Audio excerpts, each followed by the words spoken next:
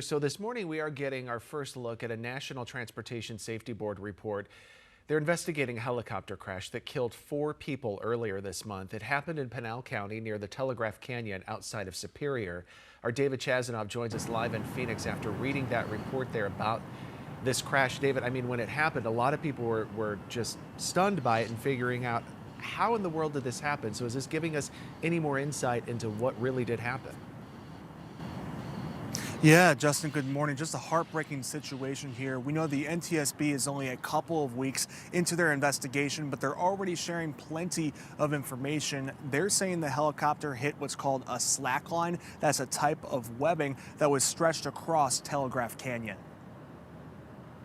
Any wire is very, very difficult to pick up when you're flying. It blends in with the terrain, and even if there's flags or tags on the wire, it still is very difficult to pick up.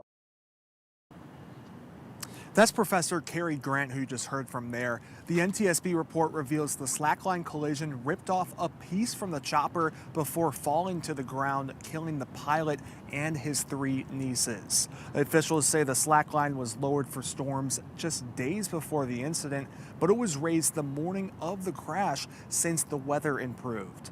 Records show the helicopter had a wire strike protection system, but it missed the slackline entirely. The NTSB says another helicopter flew the same path just an hour later, missing the wire by only 10 feet. Professor Grant says flying in low-level environments can be challenging for pilots.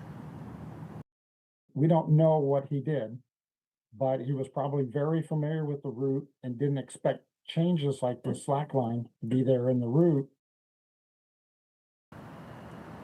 Keep in mind the investigation is still far from over. It could take at least a year for that final report to come out.